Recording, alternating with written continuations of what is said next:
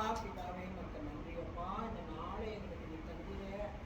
எவ்வளவு விசேஷமான நாள் ஆண்டவரே. ஆண்டவரே சோத்திரம். ஒரே ஒரு நோவாத்தை நீங்க தெரிந்து கொண்டீங்க, ஒரு தாவீதை நீங்க தெரிந்து கொண்டீங்க, ஒரு மோசையை நீங்க தெரிந்து கொண்டீங்க. கர்த்தருடைய காரியத்தில் உண்மையா இருக்கிறது நீங்க நியாயம் தெரிஞ்சு வைத்தவரா இருக்கிறீங்க. உங்களுக்கு சோத்திரம். எங்க குற்றம் குறை தப்புகளை எல்லாம் மன்னித்து நம்முடைய வார்த்தைக்கு எங்களை ஒப்படைக்கிறோம். மறைத்து நடத்துங்க. இயேசுவின் நாமத்தில் ஜெபிக்கிறேன் ஜீவனுள்ள நல்ல தகப்பனே. ஆமென் ஆமென் ஆமென். சரி, இன்னைக்கு நம்ம எல்லாம் சந்தோஷமா இருக்கிறீங்களா? சந்தோஷமா இருந்தா எல்லாம் கை தூக்கி ஆம் சந்தோஷமா இருக்குன்னு சொல்லுங்க.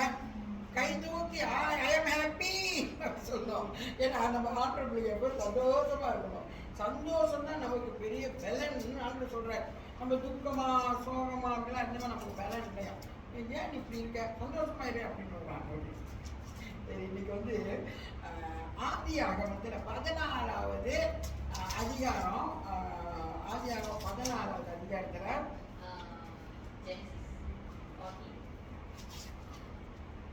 14வது அதிகாரம்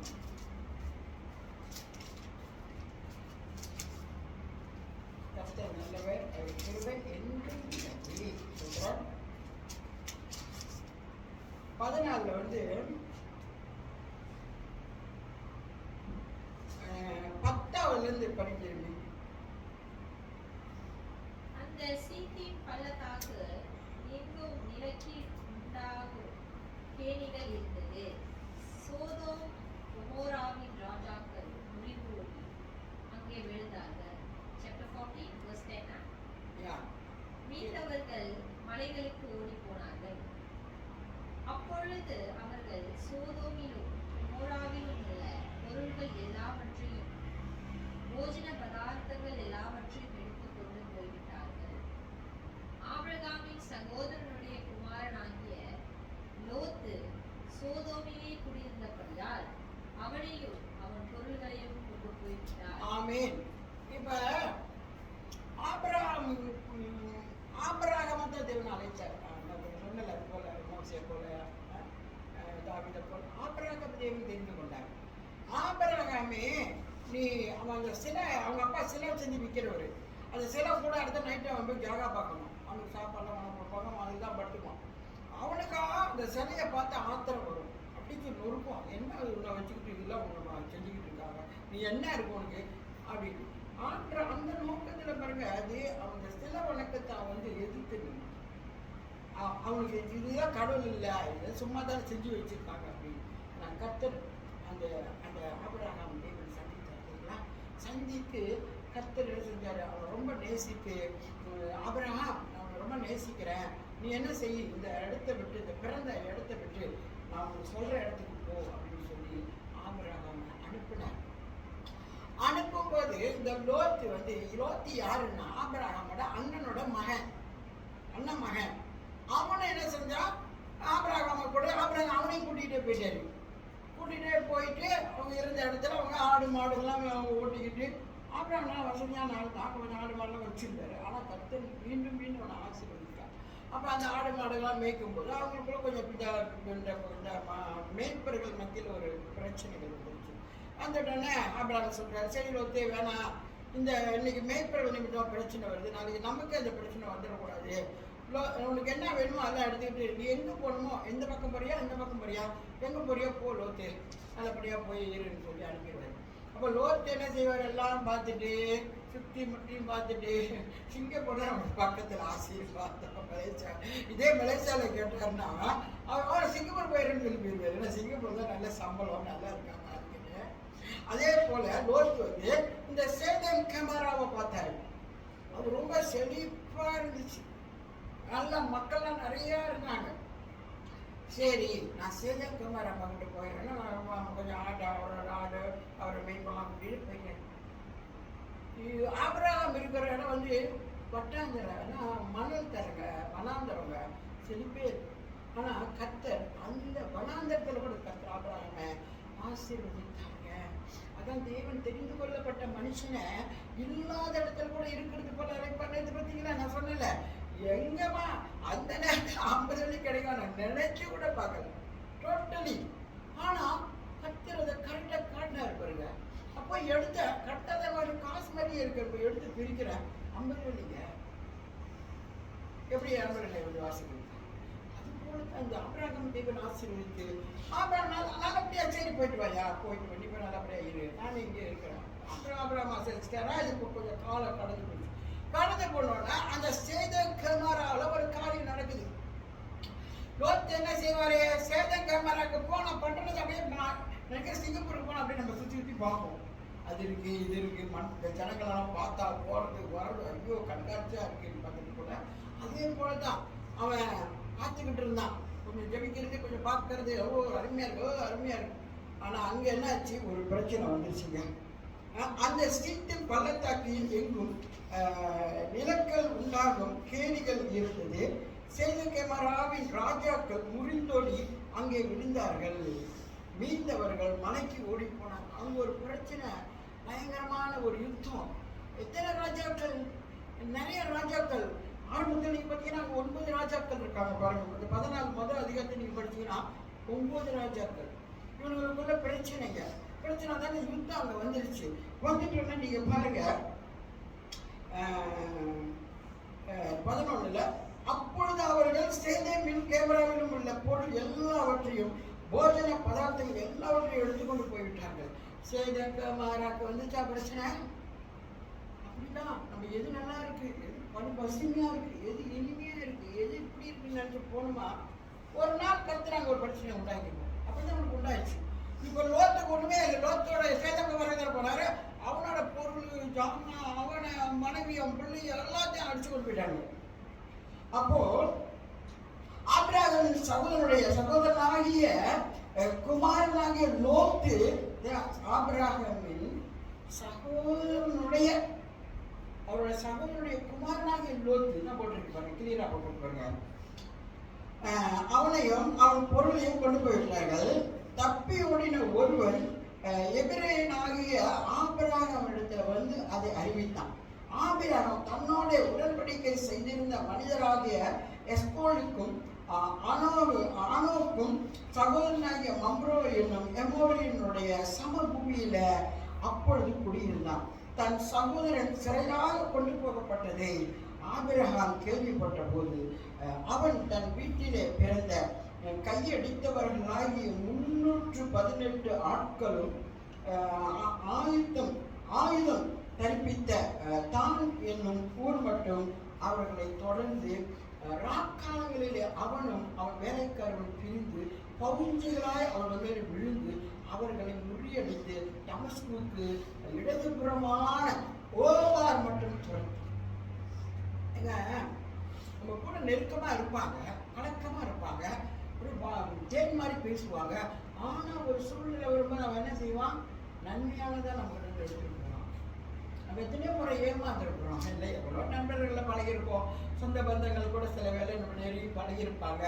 ஏதோ காரியத்திலலாம் நம்மகிட்ட நல்ல நட்பா இருந்திருப்பாங்க. ஆனா அவங்களுக்கு என்ன நம்ம கிட்ட தேவைப்படுச்சு நம்மளை வச்சு யூஸ் பண்ணிடுவாங்க. நம்மகிட்ட இருக்கிறதெல்லாம் வாங்கிக்குவாங்க, பின்னால நம்மளை கை கழுவி விட்டுருவாங்க. அப்படிதான் இந்த ஆபிரகாம் அப்படியாப்பட்ட ஒரு மனுஷன் இல்லை. அவன் எனக்கு துரோகம் பண்ணாலும் பரவாயில்ல, அவன் என்னோட நல்லதெல்லாம் பறிச்சு கொண்டு போய் அங்கே போய் எனக்கு வனாதரத்தை கொடுத்துட்டு போயிட்டாங்க. நான் கொண்டு வந்தவன் என்னோட ஆசீர்வாதத்தை இவனுக்கு கொடுத்தேன், இவனை இப்படிலாம் ஏமாற்றிட்டானே. நம்ம துரோகமும் இல்லை ஆபிரகாம் கிட்ட. தன் சகோதரனுக்கு ஒரு பிரச்சனை வந்துருச்சு. ஐயோ அவனோட எல்லாத்தையும் கடத்திட்டு போயிட்டானுங்களா? ஒரு கூட இருக்கிற எல்லா ஜனத்தையும் கூட்டிக்கிட்டு யுத்தம் பண்ண போனேன். யுத்தம் பண்ண போய் பவுஞ்சுகளா அவங்களை முறியடிச்சானா ஆபிரகாம். நம்மளுக்கு அப்படி எடுத்து துரோகமா நம்ம செய்யுமா? மானசீக எண்ணங்கள் நம்மளுக்கு வந்துடும், மனிதனுடைய சிந்தனை வந்துடும். அவங்க எனக்கு இதை செஞ்சாங்க போட்டோம், இன்னும் நல்லா முதல் வாங்கட்டும், நல்லா இன்னும் குடும்பார் ஆகட்டும் போட்டோம், அப்படிதான் நம்ம நினைப்போம். இன்னும் நோம்பல அவங்களுடைய திங்கிங் வரும். ஆனா ஆபிரகாம் அப்படி இல்லை. பார்த்தீங்களா? ஐயோ என் சகோதரனுங்க, ஐயோ அவனுக்கு அப்படியே ஆயிடுச்சா? இல்லை இருக்கிற ஆளை நான் கூட்டிகிட்டு போ யுத்தம் பண்றாரு பாருங்க. 16வது வசனம் படிக்கிறீங்க. சகல பொருள்களையும் திருப்பி கொண்டு வந்தான். தன் சகோதரனாகிய லோத்தையும் அவருடைய பொருளையும் ஸ்ரீகளையும் ஜனங்களையும் திருப்பி கொண்டு வந்தான். அவன் கெதர்லா கோமோரையும்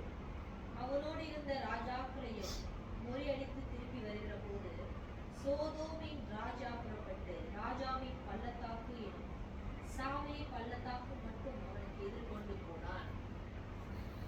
அன்றையும் உன்னதமான தேவனுடைய ஆசாரியனாய் இருந்த சாலேமின் ராஜாவாகிய மெல்கிசேதேக்கு அப்பமும் திராட்சரசமும் கொண்டு வந்து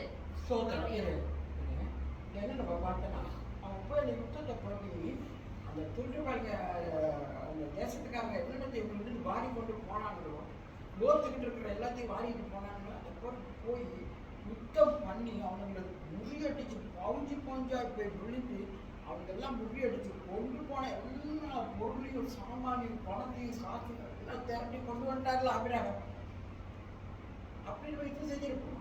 நம்ம சுத்தக்கார பந்தக்காரன் யாருக்காச்சும் தீங்கு செஞ்சு நம்ம நன்மை அப்படி செய்வோமா? எப்படி நல்ல மனுஷன் செஞ்சுக்கலாம். அப்புறம் ஓப்பன் மைண்டில் அப்புறம் போய் எல்லாத்தையும் திரும்பி கொண்டு வந்துட்டாங்கன்னா அப்போ அங்க இருக்கிற அந்த ராஜாக்கள் எல்லாம் முறியடிக்கப்பட்டு சேதேமின் ராஜா புறப்பட்டு ராஜாவின் பள்ளத்தாக்கு நம்ம சாவே பள்ளத்தாக்கு மட்டும் அவனுக்கு எதிர்பட்டிருப்பான். இப்படி ஒரு மனுஷன் ஒரு யுத்தம் பண்ணி ஆனா அங்க யுத்தம் அவனுக்கிட்ட தானே வந்துச்சு. சேதக்கமாரா மக்கள் மத்தியில ராஜாக்கள் மத்தியில எல்லாம் தானே எல்லா ராஜாக்களும் கலந்து அடிச்சு விடுறாங்க யுத்தத்தை.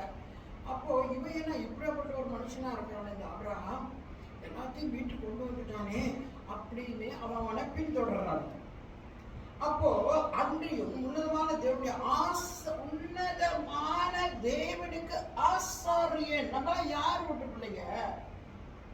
நம்மளாம் நான் சாதாரணமா இந்த பொறுக்கி விட்டு போயா அந்த அந்த அந்த பொம்பளை அந்த வீணா குழம்பு அந்த பொம்பளை விட்டு பிள்ளை அந்த அந்த தண்ணி அடிச்சுட்டு போனேன் அவன் மவளை அவன் அந்த பொம்பளை அந்த இந்த 2 மூணு அடி வச்சுருக்கான் அவன் வீட்டு பிள்ளை அப்படின்னு நம்மள யாராச்சும் சொல்றதுக்கு கற்று நம்மள ஆண்டோட பிள்ளைன்னு நம்ம நினைவு கூறுகிறார்.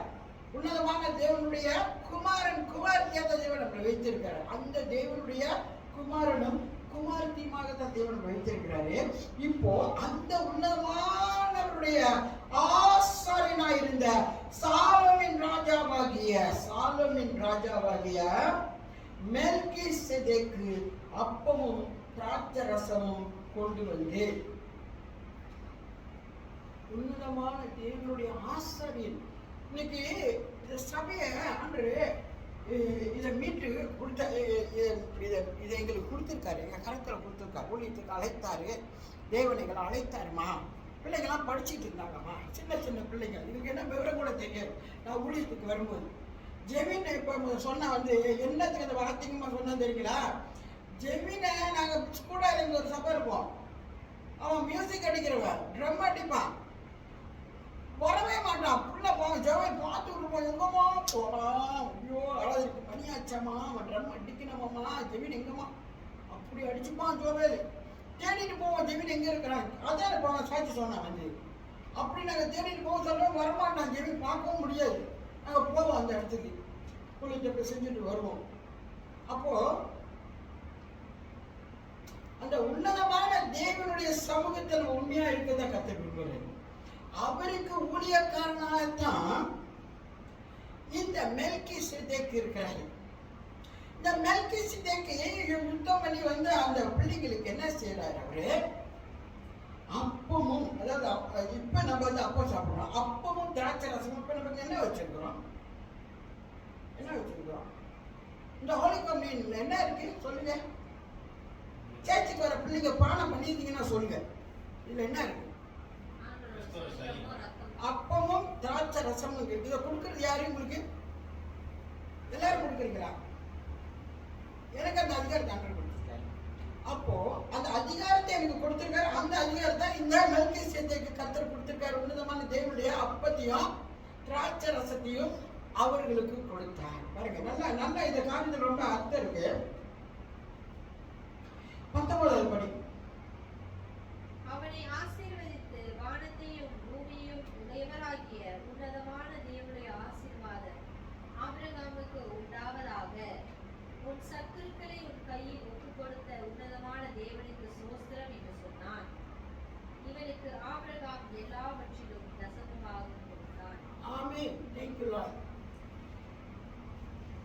மெல்கிசேதேக்கு உன்னதமான தேவனுடைய ஆசாரியன் சொல்றாரு, ஆய் அபிரகாம், இந்தா திராட்சை ரசமும் அப்பமும் சாப்பிடு. பாரு, அந்த தேவன் உனக்கு என்ன செஞ்சிருக்காரு பத்தியா? உன்னோட சத்துருக்கள் எல்லாத்தையும் முறியடிச்சிட்டாரு. எப்படிப்பட்ட சத்துருக்கள் தெரியுங்களா? 8 9 ராஜா, 5 ராஜா, 6 ராஜா இப்படி யுத்தம் பண்றதுக்கு அங்கெல்லாம் யுத்தம் நடக்குது, பயங்கர யுத்தம். அந்த இடத்துல அந்த இடத்துல கொண்டு போய் முறியடிச்சு எல்லாத்தையும் கொண்டு வந்தாரு. அந்த சத்துருக்களை தேவன் உன் கரத்துல கொடுத்தார். எப்படிப்பட்ட சேனையா இருக்கட்டும், நம்ம சத்துரு பலத்தவனா இருக்கட்டும், பெரிய கொம்பு வச்சவனா இருக்கட்டும், பெரிய கம்பு வச்சவனா இருக்கட்டும், பெரிய இதா இருக்கட்டும், கொலியாத்து போல, கர்த்தர் தொட்டானா முடிஞ்சு. எல்லாத்தையும் முறியடித்து கர்த்தர் உனக்கு வெற்றி கொடுத்திருக்காரு ஆபிரகாம். அதை கேட்டு ஆபிரகாமுக்கு எப்படி சந்தோஷமா இருந்தது? உண்மையா இல்லையா? கர்த்தர் ஆபிரகாமுக்கு கூடயே இருந்தார், அந்த யுத்தத்தை செய்ய வைத்தார். அப்போ அவன் என்ன செய்யறான்? அவன் எல்லாவற்றிலும் அவனுக்கு தசம பாகத்தை அவன் கரத்துல கொடுத்தான். சோத்திர தசம பாகத்தங்க நான் உங்களுக்கு சொல்றேன், நீங்க கொண்டு வந்து உங்க ஆசாரியோட கரத்தை நீங்க கொடுக்கணுங்க. எனக்கு எவ்வளவு சம்பளம் வேணும் நீங்க தெரிஞ்சுக்க போறீங்க. ஐயோ, நான் இவங்ககிட்ட கொடுக்க மாட்டேன், நான் காணிக்கை பட்டியல் தான் போடுவேன். இன்னைக்கு இந்த வேத வார்த்தை வந்து சும்மா இல்லைங்க, அப்பா இல்லை, இது சத்தியம். இது வந்து ஒரு மாற்றங்கள் கிடையாது. நான் எப்படி வேணா இருக்கலாம், ஆனா ஊழியக்காரனை கனம் பண்றது உன் கடமை. அவனுக்கு அம்மாவா இருக்கலாம், அவனுக்கு அக்காவா இருக்கலாம், அவனுக்கு தங்கிச்சா இருக்கலாம், அவனுக்கு அத்தையா இருக்கலாம், அவனுக்கு சின்னமாவா இருக்கலாம், சித்தியா இருக்கலாம். ஆனா எங்களுக்கு ஊழி சபைக்கு வந்தானே நான் ஊழியத்திலிருந்து விடப்பட்டு வச்சிருக்கிறாரு. அப்போ நீங்க என்ன செய்யணும்? அந்த அந்த ஆபிரகாம் எப்படி அவன் கரத்துல கொடுத்து அது ஆசீர்வாதம் பெற்ற உடனே அவன் சொல்றான், உன்னதமான தேவனுடைய ஆசீர்வாதம் ஆபிரகாமுக்கு உண்டாவதாக. நீங்க 1000 2000 10,000 20,000 நீங்க சம்பாதிங்க, அந்த சம்பாத்தியம் உங்களுக்கு ஆசீர்வாதமா இருக்கா இல்லையா என்பதை இதன் வழியா நீங்க தெரிஞ்சு கொள்ளலாம். அவன் அந்த காசை கூட அந்த ஆசாரிய கருத்தை எல்லாத்திலையும் தசமபாகம் கொடுப்பான், ஆசீர்வாதம் சொல்றான். ஆபிரகாமே, நீ எல்லாவற்றிலும் ஆசீர்வாதமாய் கர்த்தரோட நடத்துறாரு. இந்த ஆசீர்வாதம் நமக்கு வேணுமா வேண்டாவா சொல்லுங்களேன்? நம்ம தசம பாகத்தை வந்து அனாவசியமா நம்ம இது பண்ணக்கூடாதுங்க. அது சபைக்கு ஆசீர்வாதமா இருக்கணும். அப்போ அதை நம்ம என்ன செய்யணும்? அது கர்த்தருடைய சார்பில் அரசாணிட்டு கொண்டது அதை நீங்க கொடுக்கணுங்க. தெரியுதுங்களா? இன்னொரு காரியம் நான் உங்களுக்கு சொல்றேன் பாருங்க. 1 ராஜாக்கள்ல 17வது அதிகாரத்தை எடுங்களேன். 1 ராஜாக்கள்ல 17வது அதிகாரத்துல, ஃபர்ஸ்ட் கிங்ல 17வது அதிகாரத்துல 10வது அதிகாரத்துக்கு படி.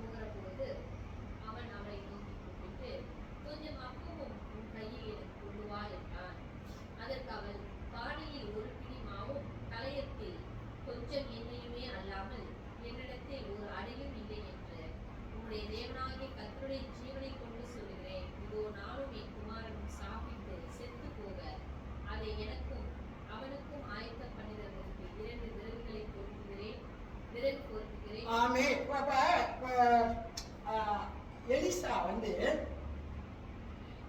அவன் வந்து அந்த ஆகாப்புடைய ஊர்ல இருந்தால, ஆகாப்புடைய ஊர்ல போய் என்ன செஞ்சா, ஆகாப்புக்கு தீர்ப்பு தரிசனம் சொன்னான். என்னுடைய வார்த்தையின் பிரகாரம் இந்த ஊர்ல பாரு 3 வருஷம் மழையும் பெய்யாது பனியும் பெய்யாது அப்படின்னு சொல்லிட்டு ஓடி போயினால, ஓடி போய் இருக்கிற நாட்கள்லாம் அந்த ஒரு பஞ்சம், தண்ணி பஞ்சம் தான் வந்துருச்சு. அவனை தண்ணி சொல்லிட்டு போயிடுறேன். தண்ணி பஞ்சம் வந்து ஆண்டவர் சொல்றாரு, எலியா நீங்க இருக்காத, நீ வந்து என்ன செய்ய, நீ புறப்பட்டு போய் நீ ஸ்ரீகோனுக்கு அடுத்த சாரிபாக் ஊருக்கு போய் அங்கே தங்கியிரு, உன்னை பராமரிக்கும்படி அங்கே ஒரு விதவைக்கு கட்டளையிட்டேன். யாருக்கு கட்டளையிட்டாரா? அந்த ஊழியக்காரனை போஷிக்க. அந்த எலியாவை இன்னைக்கும் நம்ம அப்படியாப்பட்ட ஒரு வலிமையான ஒரு ஊழியக்காரனை நம்ம பார்க்கிறோம். அப்படியாப்பட்ட ஊழியக்காரனையா போஷிக்க 7 விதவைகிட்ட அனுப்புனாரா ஆண்டவர். அந்த ஏழை விதவையோட நிலைமை என்னன்னா, அவளுக்கு வந்து பஞ்சம் ஏற்பட்டதுனால சாப்பாடு இல்லை. கொஞ்சோண்டு மாவு தான் இருக்கு, கொஞ்சோண்டு எண்ணெய் தான் இருக்கு. இனிமே நம்ம பஞ்சம் என்ன வாழறதுக்கு வழி இல்லைடா மவனே, இரு அம்மா போய் 2 விறக பொறிக்கிட்டு வரேன். பொறிக்கிட்டு வந்து அடுப்பை பற்ற வச்சு இந்த மாவை கொஞ்சோண்டு ஆளுக்கு ஒரு அப்பத்தை சுட்டு நம்ம சாப்பிட்டுட்டு இன்னைக்கு மண்டையை போடலாம், செத்து போயிடலாம்னு அவள் போய் விறக பொறுக்க. விறக பொறுக்க போன அவளை இந்த எலியா அந்த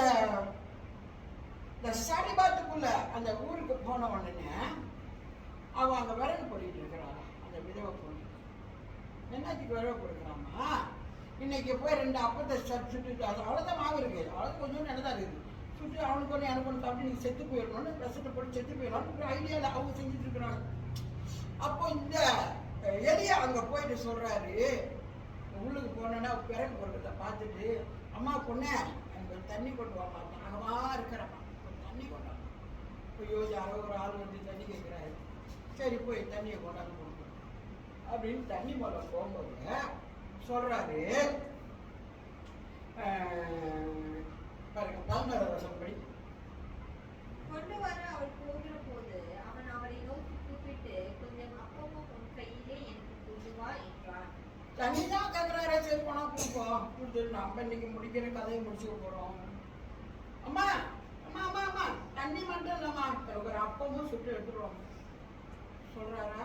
யார் சொல்கிறாருமா? சொல்கிறது யாரு? உன்னதமான தேவனுடைய ஊழியக்காரர். பார்த்துமே நன்றி தேய்ச்சிக்கும் போது இவரு ஒரு ஊழியக்காரர் சொல்லும்போது அந்த பொம்பளை சொல்லிட்டு பாருங்க, கீழே படி 12வது. அதற்கு அவள், பானையில் ஒரு துளி மாவும் களையத்தில் கொஞ்சம் எண்ணெயுமே அல்லாமல் என்னிடத்தில் ஒரு அடையும் இல்லை என்று உன்னுடைய தேவனாகிய கர்த்தருடைய ஜீவனை கொண்டு சொல்லுகிறேன். இதோ நானும் என் குமாரனும் சாப்பிட்டு செத்து போகாத எனக்கும் அவனுக்கும் ஆயத்தப்படுத்துகிறதற்கு 2 விறகு பொறுப்புகிறேன் என்றார். ஐயோ ஐயா, என்னையா இப்படி என்ற அப்பம் கேட்குறீங்களே, என்கிட்ட மாவு இல்லையா, என்கிட்ட வழி இல்லையே உங்களுக்கு ஒரு அப்பம் சுட்டு கொடுக்க. ஏன்னா கொஞ்சோண்டு மாவு தான் இருக்குது, அது நானும் என் பையனும் இன்னைக்கு அப்பம் கட்டி இன்னைக்கு செத்து போகிறதுக்கு நாங்கள் சுடத்தான் 2 விறகு பொறுப்பு வந்தேன், நீங்கள் தண்ணி கட்டிங்கன்னு எடுத்துகிட்டு போனீங்க, இப்படி அப்பம் கேட்குறீங்களா? இல்லையா, அந்த ஏழை விதவமா ஏழைகளை கர்த்தர் மறந்துட்டாருன்னு நம்ம நினைக்கவே கூடாதம்மா.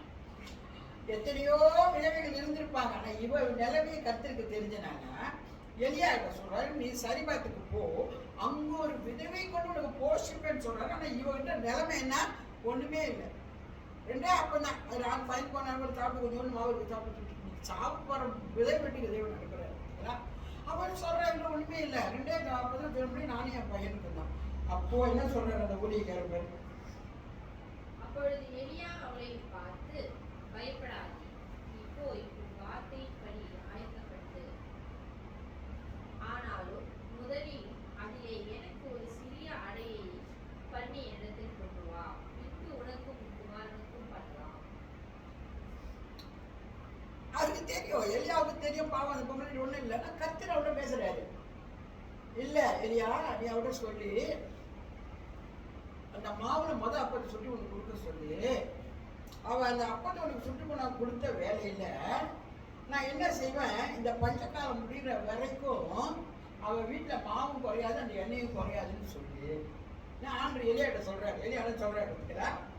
அப்பொழுது எலியா அவளை பார்த்து, நம்ம நினைக்கக்கூடாதுங்க, என்கிட்ட என்ன இருக்கலாம், ஐ எம் எம்டி, அன்னைக்கு செத்தனா என்னை யார் எடுத்து போடுவா, எனக்கு இந்த பிள்ளை பார்க்குமா, அந்த பிள்ளை பார்க்குமா, நம்ம சொல்ற மாமிசத்தில் புலம்புறோம் அதெல்லாம். ஆனால் கத்து பாருங்க, அந்த ஏழை விதவிக்கு எந்த மனுஷங்க உதவிக்கு வந்தாங்க? யாருங்க பணத்தை கொண்டாந்து கொடுத்தாங்க? யாருங்க சாப்பாட்டை கொண்டு கொடுத்தாங்க? யாருக்கு அவன் வாழணும்னு நினைச்சான்? ஒரு மனிதனும் இல்லை. ஆனால் கர்த்தர் அவன் மேலே கண்ணை வைத்தாரு. ஏன்னா 24 hours அவர் தூங்குறதுல உறங்குறதுல எல்லாத்தையும் கவனிக்கிறது. அவன் நிலைமையை தேவன் அறிந்து அந்த எலியாவை அவன் வீட்டில் அனுப்பி, அவன் அந்த அப்பா இல்லைன்னு சொல்லும்போது எலியா வாயிலே அவர் சொல்றாரு, இல்லை மகளே நீ பயப்படாது, எனக்கு ஒரு அப்பத்தை நீ கொண்டு வா, கொண்டு வா, நீ போய் உன் வார்த்தையின்படி ஆயத்தப்படுத்து, ஆனால் முதலில் அதுல எனக்கு ஒரு சிறிய அடைய பண்ணி என்னிடத்துல கொண்டு வா.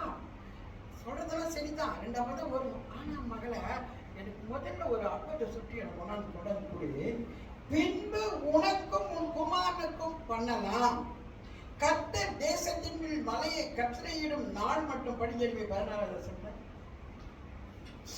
கர்த்தர் தேசத்தின் மேல் மலையை கட்டளையிடும் நாள் மட்டும் வானியின் மாசல் செல்லைகளின்றி போவதில்லை, கலசத்தில் எண்ணெய் குறைந்து போவதில்லை என்று இஸ்ரவேல் தேவனாகிய கர்த்தர் சொல்கிறார் என்றார். எப்படிங்க கர்த்தருங்க இந்த பொம்பளை என்னடா இது சொல்றது நம்ம கேட்கறது? அம்மா தானே, இந்த அம்மா என்ன பெரியதா, இந்த அத்தை என்ன பெரியதா, இவங்க தெரிஞ்சவங்க தானே, இவங்க சொல்றது என்ன நாங்க, எனக்கு ஒரு வழி இருக்கலாம், நான் அதுலதான் போவேன், நீங்க என்ன சொல்றது நான் என்ன கேட்கறது அப்படிலாம் நம்ம இன்னைக்கு பேசலாம் மாமிசத்துல தான். ஆனா கர்த்தர் அந்த ஊழியக்காரங்கிட்ட என்ன பேசுறாரு, அவர் என்ன செய்ய போறாரு, எது எப்படி என்பது அந்த ஊழியக்காரருக்கு தேவன் தெரிவிப்பாருமா. அந்த எலியா கிட்ட தெரிய வச்சாரா? அவர்கிட்ட ஒண்ணுமே இல்லைதான், அவெல்லாம் பிள்ளைச்சு கொஞ்சம் கொஞ்சம் சொல்லி சாப்பிட்டு சாகிறதுலாம் இருக்கு.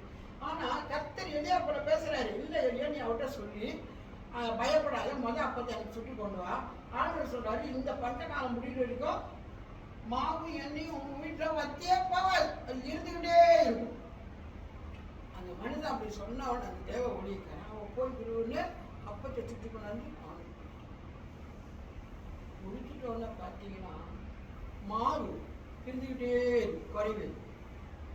என்ன இருந்துக்கிட்டே இருக்கு, குறைவு. நம்ம என்னமோ பெரிய விஞ்ஞான உலகத்தில் வாழ்றோம், இந்த கம்ப்யூட்டர் இப்படி சொல்லுது, இந்த மனுஷன் இப்படி பேசுறான், இதெல்லாம் என்னத்தை நம்புறது? இன்னும் கர்த்தர் நேற்று மாறமாட்டார், இன்னைக்கு மாறமாட்டார், நாளைக்கு மாட்டார். அவர் வார்த்தை சத்தியம், அது மெய், அதோட மாற்றமே கிடையாது. கர்த்தர் நம்மளை நடத்துவார். நான் நினைக்கவே இல்லை நேற்று இருக்க 50 வெள்ளி கிடைக்கும், நான் நினைக்கவே 50 வெள்ளிங்க, ஒரு தாள் அப்படி 50 வெள்ளிங்க. நேற்று திரும்பி நைட்டு எனக்கு அந்த 50 வெள்ளி கிடைச்சிச்சு திரும்பி. நான் நினைக்கவே இல்லை, நான் என்னடா கடிதாசன் எனக்கு பார்த்தா காசு தான் இருக்க அப்படி போய் எடுத்த பாரு, பிரிச்சு பார்க்க புது வெள்ளி அவளுக்கு திரும்பி அப்படி கிடைச்சிச்சு ராத்திரி எனக்கு. ஆனா நான் நினைக்கவே இல்லை, இன்னைக்கு இந்த சத்தியத்தை நான் ஏற்கனவே ஆயுதப்படுத்திட்டேன், இந்த வாரம் இதான் கொடுக்க போறேன்னு. ஆனா பாருங்க, ஆண்டரோட அதிசயம் அதுதான் அதிசயம். ஒண்ணு இல்லாதவனுக்கு ஆண்டர் மாவை கொடுத்தாரு, ஏமா இந்த மனுஷன் வந்து அவனுக்கு கொடுத்தான், எந்த மனுஷன் எண்ணெய் அவனுக்கு கொடுத்துறான். கர்த்தர் கொடுத்தாருமா, கர்த்தர் மேல நம்ம மெயின் விசுவாசமா இருக்கணும், அவர் மேல நம்ம நம்பிக்கையா இருக்கணும். அவர் நம்மளை கை விடுறதுக்கு நம்மளை பிடிக்கல, அதனால அவர் காரியத்துக்கு நம்ம உண்மையா இருக்கும். எனக்கு வந்து ஞாயிற்றுக்கிழமை ஆயிட்டா நீங்க என்ன நடத்தாங்க சரி, நான் 10 மணிக்கு 10 ரெடியாக உட்காந்துருப்பேன், எனக்கு கொண்டு போகணும் சேர்ச்சில் போனால் எனக்கு ஆசை. சில நேரம் எனக்கு டிரான்ஸ்போர்ட்டுக்கு வேற கிடைக்க கொஞ்சம் லேட்டாகும், அவ்வளோதான். எனக்கு அந்த ஆர்டர் மேலே அவ்வளோ ஆசை இருக்கு. நைட்டு கூடமா என்ன நீங்க நினைக்கிறீங்களோ, நான் 11:30 மணிக்கு நான் ஜெபிக்கிறானா என் பிள்ளைங்கெல்லாம் பேசிட்டு இருக்கிறாங்களே, அதனால நான் வேற பேசிக்கிட்டே இருந்தேன். உள்ளே போய் கொஞ்சம் நேரம் ஆண்டுகிட்ட சொன்னாரு, மன்னிச்சிருங்கப்பா இன்னைக்கு டைம் அப்போ நான் கொடுத்துக்கிறேன், இனிமே நான் ஜெபத்தில் உட்காந்துருவேன். நைட்டு ரொம்ப நேரம் ஜெபம் பண்ணேன், என்னால் தூங்கவே முடியல, அதுக்கு மேலே என்னால் தூங்க முடியல. நம்ம கொஞ்ச நேரம் ஜெபிக்கிறது காலையில் விடிய காலத்தில் கொஞ்ச நேரம் படுத்தேன். ஏன்னா கடவுளுக்கு கொடுக்குற நேரம், அவருக்கு கொடுக்குற கனம், அவரோட வார்த்தைக்கு கீழ்படுகிறது, அசைவாடுறது தான் கர்த்தருக்கு விருப்பம். அப்படி நீங்க செஞ்சீங்கன்னா கடவுளோட இருப்பாரம்மா. கர்த்தர் பெரியவர், அவர் நாமும் மகிமைப்படட்டும்.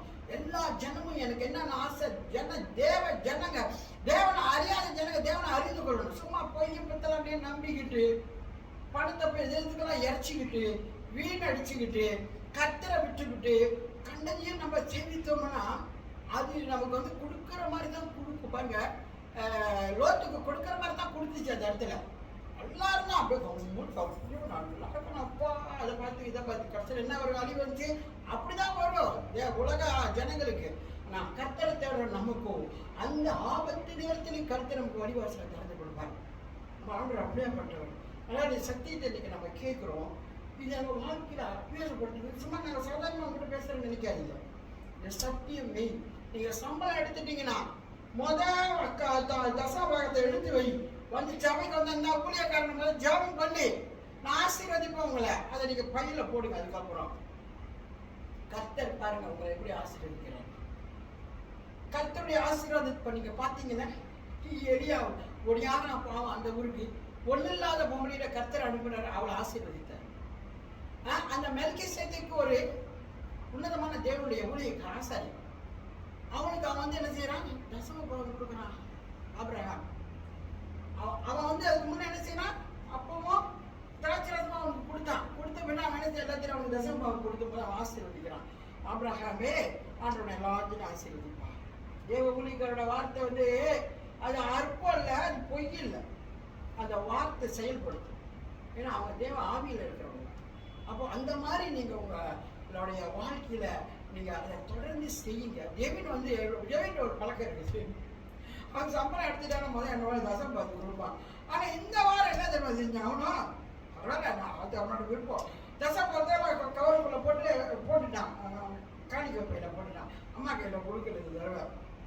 பரவாயில்ல, நல்லது. ஆனால் ஆண்டு இந்த சத்தியத்தை இன்னைக்கு நம்ம மத்தியில் பேச சொன்னார். இதை ஜனங்க அறிந்து கொள்ளணும். அவங்க சம்பளத்தை இருந்து நம்ம கையில் கொடுத்து ஆசீர்வதிக்கும் போது அந்த ஆசீர்வாதம் பெருகும். அதனால இதை நீங்கள் மனசில் வச்சுக்கோங்க. உங்களை அறியாத ஜனங்கள்டையும் சொல்லுங்க, தெரியாத மக்களிடத்துலையும் சொல்லுங்க. சபைக்கு போகிறது சும்மா இல்லை, ஒரு ஊழியக்காரனை பார்க்க வர்றது சும்மா இல்லை. ஊழியக்காரங்கிட்ட தான் கர்த்தர் பேசுறாரு. அவர் மீது வார்த்தை வருது, அவனு மீது சபை ஆசீர்வதிக்கிறார், அவனு மீது சபைக்குள்ள நம்ம போறோம். அந்த ஊழியக்காரன கர்த்தருடைய ஸ்தானத்துல நிக்கிறவன், அவனை நம்ம அற்பமாவே நினைக்கக்கூடாதுங்க. சோதனை சரிங்களா? என்று மாதிரி நம்ம சாப்பிடுவோம். ஆவியானவரே மக்கள் நன்றி அப்பா. இந்த நாளில் ஆண்டவரே இந்த வார்த்தை நீ எங்களுக்கு கொடுத்தீங்க.